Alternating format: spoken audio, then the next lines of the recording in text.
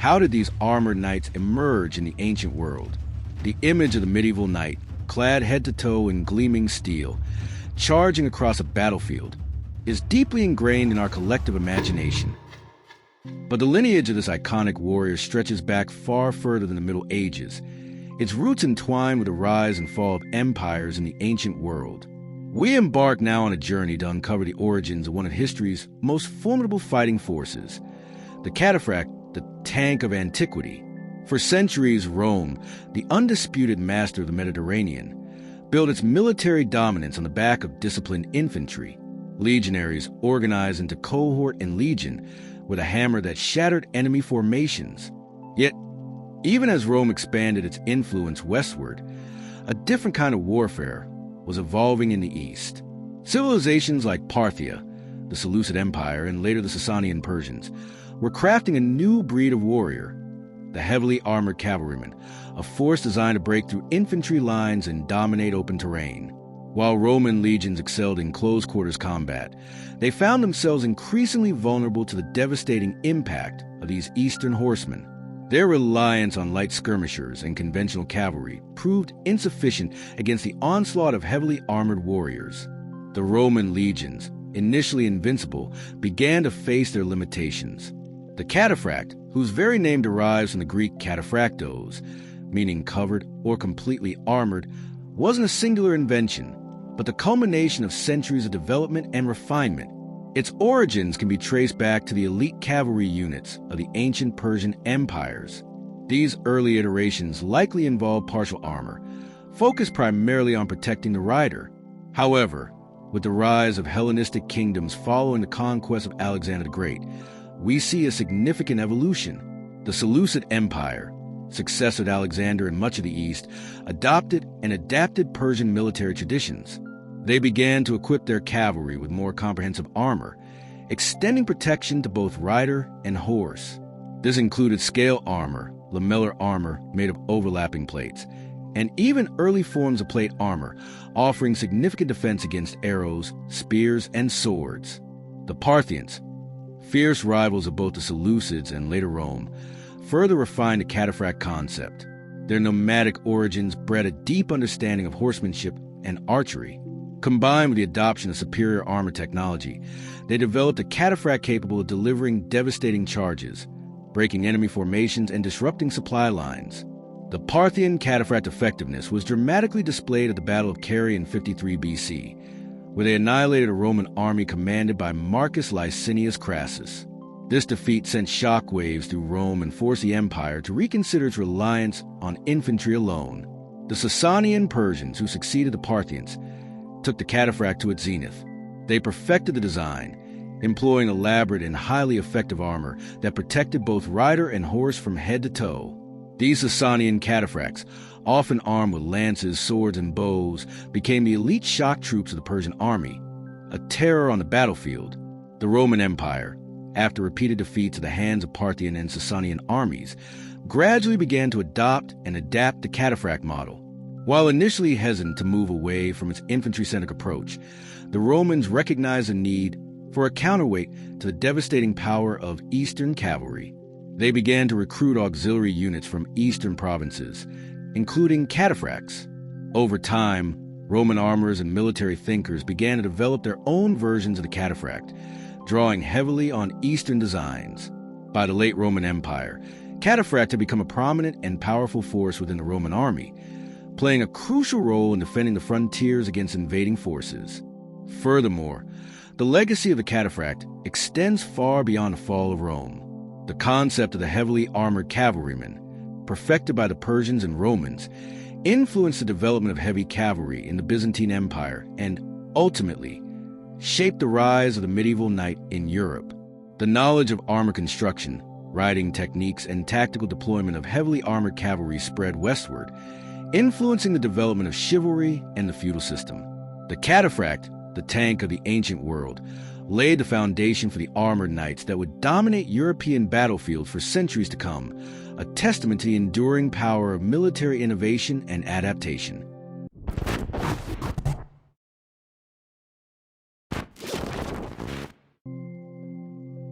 When did Rome truly awaken to the necessity of its own heavily armored cavalry?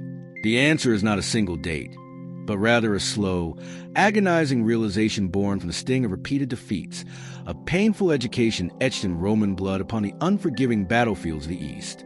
For centuries, the Roman legion had stood as the undisputed master of the battlefield.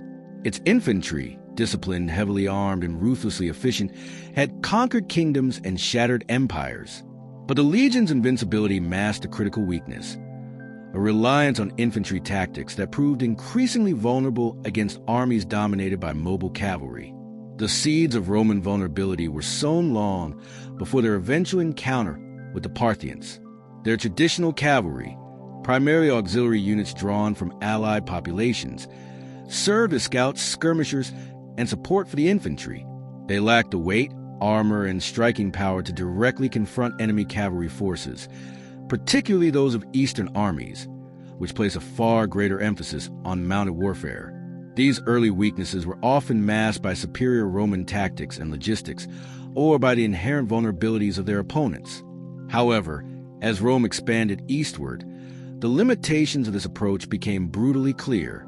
The turning point, the event that irrevocably shattered Rome's complacency, was the disastrous Battle of Carrhae in 53 BC. Marcus Licinius Crassus, driven by ambition and a thirst for glory to rival that of Pompey and Caesar, led a vast Roman army deep into Parthian territory. Crassus underestimated his enemy, believing the Parthians to be merely another barbarian horde.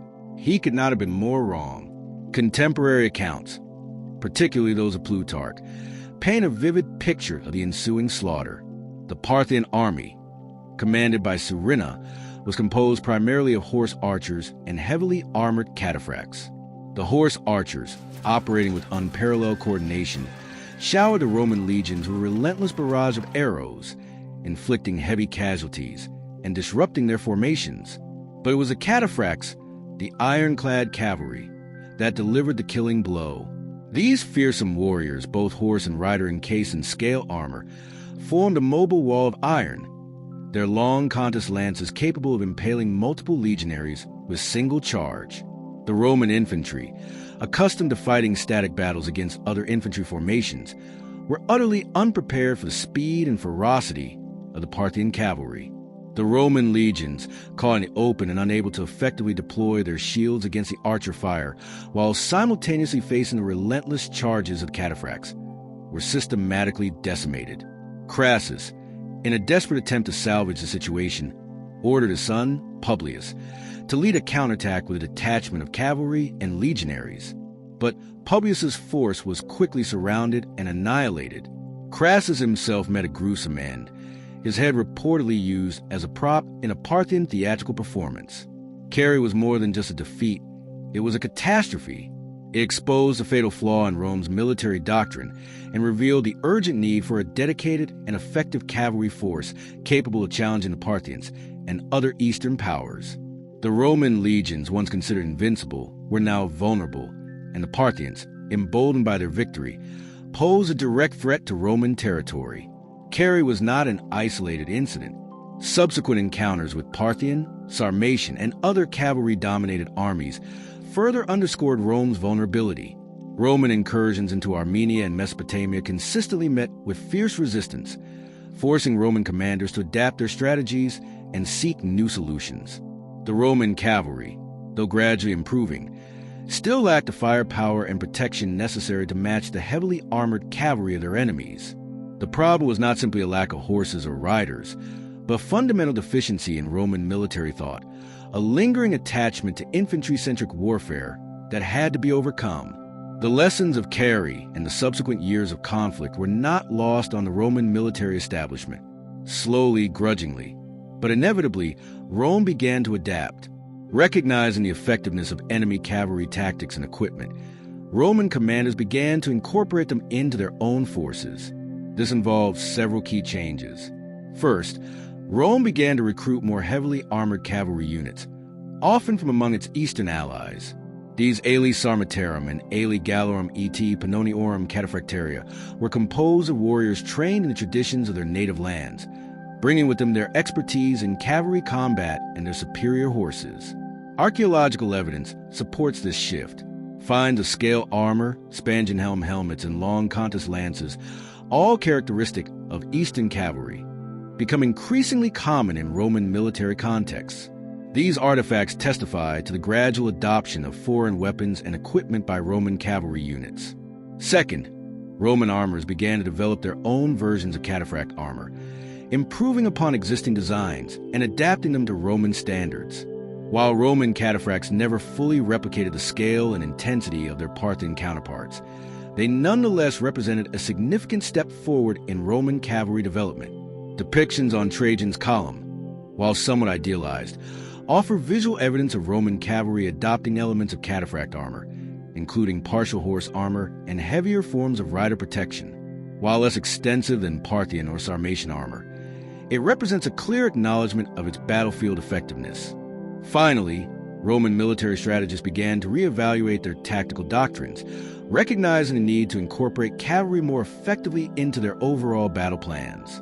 This involved developing new formations, improving coordination between infantry and cavalry, and focusing on creating opportunities for cavalry to exploit weaknesses in the enemy line. The transformation was neither quick nor easy. Resistance to change was strong within the Roman military establishment, where traditionalists clung to belief in the superiority of the legionary infantry. But the brutal realities of the battlefield forced a gradual shift in mindset. Rome, through the crucible of defeat, learned the crucial lesson that a successful army must be able to adapt and embrace new technologies and tactics, even if those technologies and tactics were borrowed from its enemies. The awakening of Rome to the cavalry war was a long and painful process, but ultimately reshaped the Roman military and paved the way for future victories.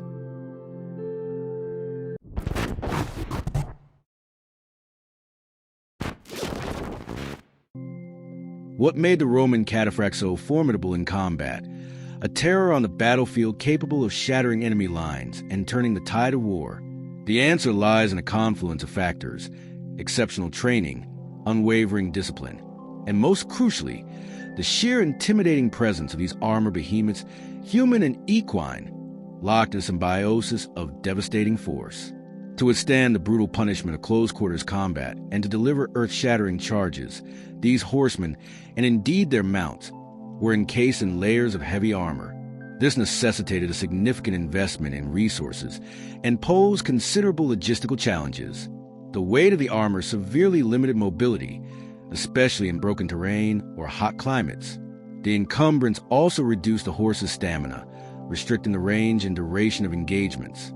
Furthermore, a cataphract effectiveness was highly dependent on the quality of the armor itself. Poorly made or inadequately maintained armor could become a liability, hindering movement and even trapping the rider if they were unhorsed.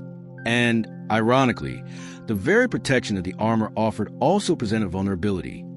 When the cataphract was brought down, regaining their footing and remounting became a slow and arduous process, leaving them dangerously exposed.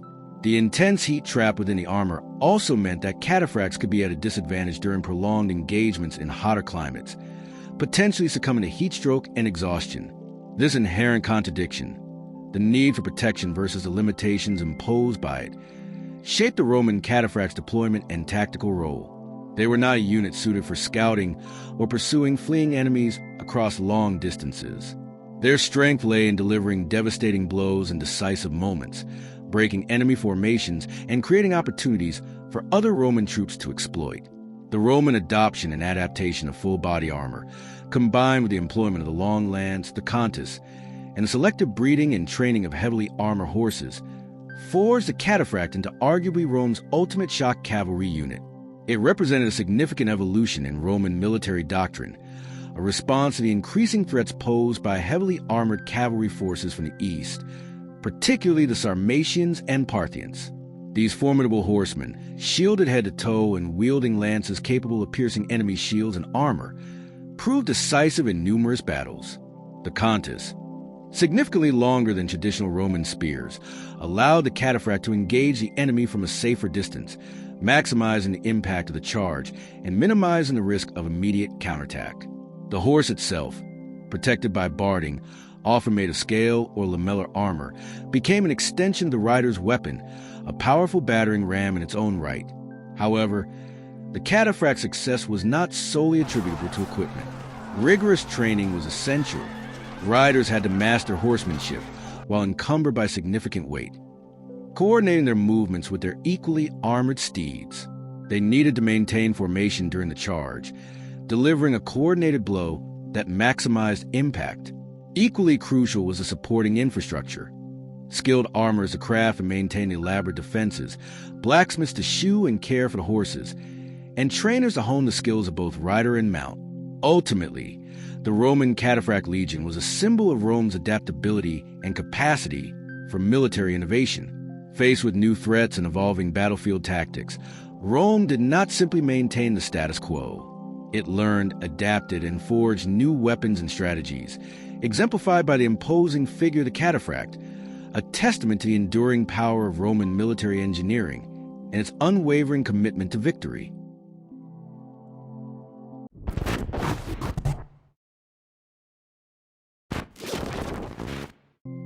From the sun-baked plains of the east to the rain-swept borders of Germania, the clatter of hooves and the chilling clang of iron echoed across the battlefields where Roman cataphracts rode to war. These armored behemoths were not mere cavalry. They were a mobile fortress, a steel-clad fist capable of shattering enemy formations and delivering a decisive blow where it mattered most. But how did these heavily armored warriors actually fight? The answer lies not just in their impressive equipment, but in the intricate choreography of their training and the strategic deployment dictated by Roman military doctrine. The Cataphract's greatest strength, its near invulnerability, was also its inherent weakness. Encased in overlapping scales of iron or lamellar armor, both rider and horse were largely immune to arrows, javelins, and even the most powerful melee blows. This impregnable defense, however, came at a steep price. The immense weight of the armor severely restricted the horse's speed and maneuverability. Turning radius was compromised, and sustained charges at high speed were almost impossible. The Cataphract, therefore, could not rely on brute force alone. Success depended entirely on carefully crafted tactics and rigorous training, designed to exploit their strengths while mitigating their limitations. A poorly deployed Cataphract was a liability, a slow-moving target ripe for ambush or encirclement. The Romans understood this intrinsically. They realized that a single Cataphract, however well-armored, was inconsequential. Their true power lay in their coordinated action, in their ability to function as a cohesive unit, guided by the strategic vision of their commanders. They couldn't rely on a chaotic free-for-all. Roman commanders employed cataphracts in three principal roles, each carefully tailored to maximize their impact on the battlefield: breaking enemy lines, flanking hostile armies, and targeting enemy leadership. Firstly, and perhaps most famously, the cataphract was used as a shock troop, designed to shatter enemy formations and create breaches in their lines. This was not a simple headlong charge. Roman tactics emphasized controlled, disciplined advance, allowing the cataphracts to maintain cohesion and maximize the momentum of their impact. A key element was a wedge formation, where cataphracts would ride shoulder to shoulder, forming a dense, almost impenetrable wall of iron and steel. Upon impact, this wedge would tear through the enemy line, creating confusion and panic, allowing the lighter Roman infantry to exploit the resulting chaos. The initial charge was followed by close-quarters combat, utilizing lances, contus, long lances, or maces to deliver devastating blows to the disoriented enemy. Crucially, the charge was carefully timed and coordinated with the movements of the infantry, ensuring that they were ready to exploit the breach and prevent the enemy from reforming. Secondly, cataphracts were often used in flanking maneuvers. While their limited speed prevented rapid encirclements, their superior armor allowed them to withstand enemy missile fire and outflank weaker enemy units on the wings of the battlefield. This tactic was particularly effective against less disciplined or poorly equipped armies, whose flanks were often vulnerable to a concentrated assault. Once on the enemy flank, the cataphracts could roll up the line, disrupting the enemy's cohesion and forcing them to retreat or surrender. This maneuver required careful reconnaissance and precise timing, ensuring that the cataphracts could reach the enemy flank without being intercepted by enemy reserves. Finally, And perhaps most audaciously, Roman commanders sometimes deployed cataphracts to directly target enemy commanders. This was a high-risk, high-reward strategy. By eliminating the enemy leadership, the Romans could cripple their command structure, demoralize their troops, and potentially force a surrender. This tactic required precise intelligence gathering to identify the enemy commander's location and a swift, decisive charge to break through his bodyguard. Success in this endeavor could quickly turn the tide of battle. But failure could result in the loss of valuable cataphracts and a significant setback for the Roman army. These attacks were rarely random. They were calculated risks, undertaken only when potential rewards outweighed the inherent dangers. The success of these tactics depended heavily on the rigorous training of both the riders and their horses. Roman cataphracts underwent years of intensive drills, honing their skills in horsemanship, weapons handling, and formation riding. Horses were specially bred and trained to carry the immense weight of the armor and to remain calm under the pressure of battle. Rider and horse became a single, unified fighting machine, capable of executing complex maneuvers and delivering a devastating blow to the enemy. This training, coupled with the carefully crafted tactics of the Roman commanders, transformed the cataphract from a simple armored warrior into a potent weapon, a symbol of Roman military might, and a crucial component of their enduring dominance. They were, indeed, the iron fist of Rome.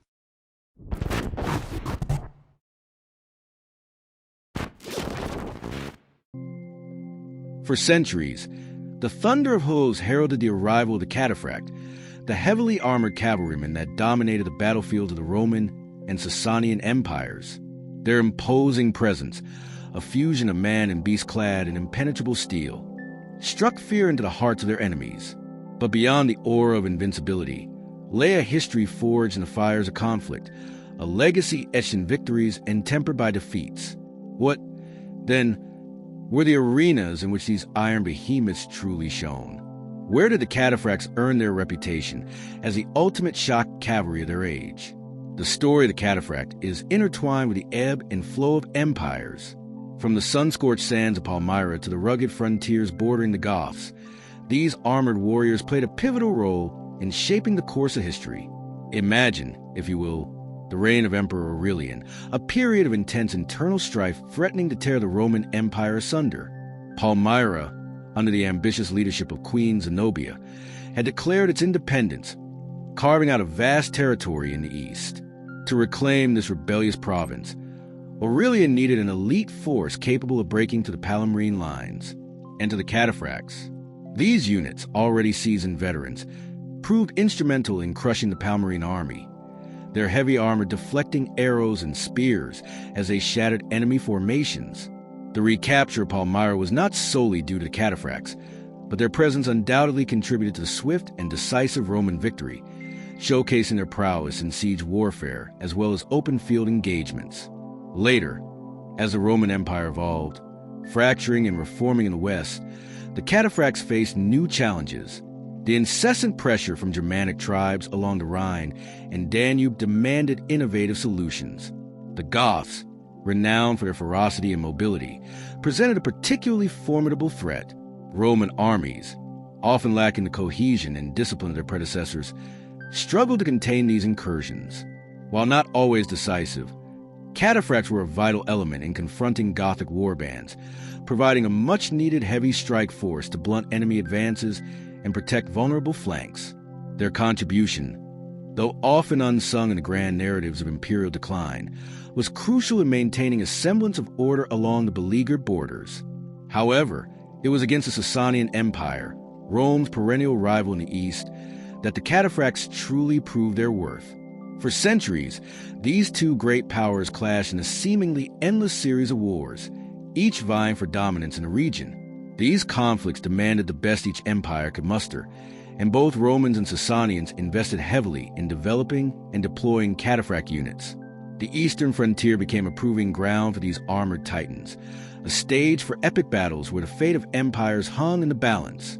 From Mesopotamia to Armenia, the cataphracts of both sides clashed in ferocious engagements, each attempting to outmaneuver and overwhelm the other. The very landscape of the East bore witness to the power and brutality of these armored warriors. their legacy carved into the soil with the blood and sweat of generations. The battles of Mursa Major and Strasbourg stand as testaments to both the devastating power and the inherent limitations of the Cataphract. The Battle of Mursa Major in 351 AD saw the forces of Emperor Constantius II clash with the usurper Magnentius. In this brutal civil war engagement, the Cataphracts of Constantius proved instrumental in securing a bloody victory.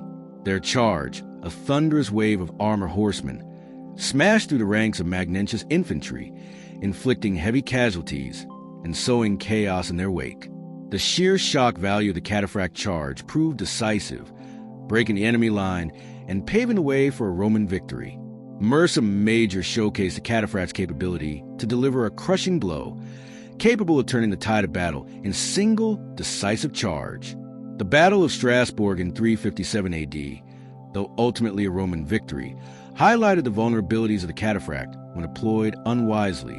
While the Roman Cataphracts under Julian the Apostate were instrumental in defeating the Alemanni, their effectiveness was limited by the terrain and the tactics of the enemy. The Alemanni, adept at fighting in dense forests and marshy ground, managed to harass and disrupt the Roman cavalry, exploiting their lack of maneuverability in close terrain. While the Cataphracts still inflicted significant casualties, they were not able to achieve the same level of dominance as they had at Mursa. The battle served as a stark reminder that even the most formidable warriors are only as effective as the strategies that guide them. Simply throwing Cataphracts into fray without considering the terrain, the enemy's tactics, or the overall battle plan could lead to disastrous results. These battles, and countless others, underscore the complex nature of the Cataphracts' contribution to military history. They were not invincible. They were powerful tools, weapons that, when wielded skillfully, could shatter enemy lines and secure victory. But like any weapon, they required careful planning, strategic deployment, and a clear understanding of their strengths and weaknesses. The legacy of the Cataphract, therefore, is not one of unbridled dominance, but rather one of calculated power, a testament to the enduring importance of strategy and adaptability in the art of war. Their story is a reminder that even the most formidable warriors are ultimately subject to the same laws of physics and the same limitations of human fallibility.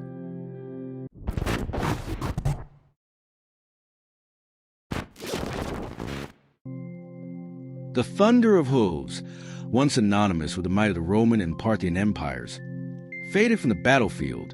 The Cataphract, that ironclad behemoth of war, seemingly vanished from historical records. Yet, to declare their extinction would be a profound misjudgment. Their spirit, their tactics, their very essence were not extinguished. Instead, they underwent a metamorphosis, a transformation that would shape the future of warfare for centuries to come. The question, therefore, is not one of absolute disappearance, but rather one of profound adaptation and influential legacy. The twilight of the Roman Empire cast long shadows across the European landscape, a period of fragmentation, migration, and incessant conflict. The rigid structure that had maintained the logistical demands of fielding fully armored cataphracts buckled under the weight of internal strife and external pressures. The vast training grounds, the specialized armories, the intricate supply lines, all crucial to the cataphract existence, deteriorated. Simultaneously, the nature of warfare itself was evolving. The centralized, cohesive armies of the Roman legions were giving way to smaller, more mobile war bands. The emphasis shifted from disciplined formations and sieges to raids, ambushes, and swift maneuver warfare. The sheer cost and logistical complexity of equipping and maintaining cataphracts rendered them increasingly impractical. Furthermore, the enemies faced by the remnants of the Roman Empire and the emerging successor states were different. The migrations of Germanic tribes, the incursions of nomadic horse archers, and the rise of new, hybridized fighting styles presented challenges to which the traditional cataphract was not always ideally suited. While their shock value remained undeniable, their inflexibility in broken terrain and their vulnerability to flanking maneuvers became increasingly apparent. Lighter, more agile cavalry, capable of rapid deployment and harrying tactics, began to gain prominence. The cataphract, as a specific type of heavily armored cavalry developed in the ancient world, with particular regional variations and support structure, indeed witnessed a decline. It was a creature of specific circumstances, optimized for the vast plains of the Near East and the open battlefields favored by the late Roman Empire. The changing realities of the post-Roman world demanded adaptation, a sifting and refining of the Cataphracts' essential elements, and adapt they did. While the name Cataphract largely faded from common usage in Western Europe, its influence permeated the development of the medieval knight. Consider the similarities. Both were heavily armored, mounted warriors, trained from a young age to fight on horseback. Both were armed with lances and swords, designed to deliver devastating charges. Both occupied a prominent position in their respective societies, often forming an aristocratic warrior elite. The crucial difference lay in the evolution of armor technology and the socio-political context. The development of plate armor, offering superior protection compared to the scale or lamellar armor typically worn by cataphracts, and the rise of feudalism, which provided the economic and social framework for maintaining a class of heavily armed mounted warriors, allowed the knight to flourish. The knight, in essence, was a descendant, a Europeanized and technologically advanced evolution of the cataphract ideal. They embraced the same principles of shock combat and individual prowess that had characterized their ancient predecessors. In the Eastern Roman Empire, later known as Byzantium, the cataphract lived on, albeit transformed. The Byzantine army, faced with constant threats from various enemies, including Persians, Arabs, and nomadic tribes, recognized the continued value of heavy cavalry. Byzantine cataphracts, known as cataphractoi, were a refined and updated version of their ancient counterparts. They retained the heavy armor and the devastating charge, but also incorporated new weapons and tactics.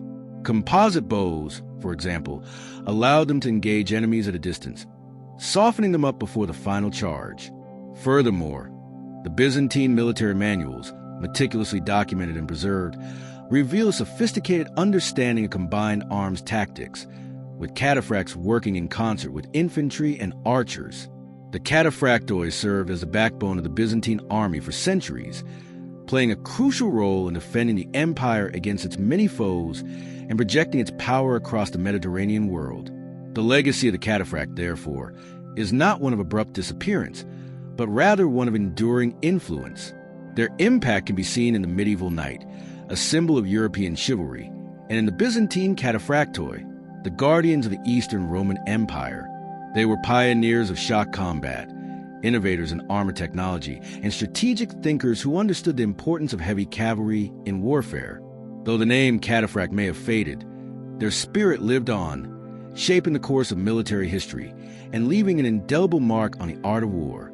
Their story serves as a potent reminder that even the most formidable warrior traditions can evolve, adapt, and ultimately endure through the echoes of their successors.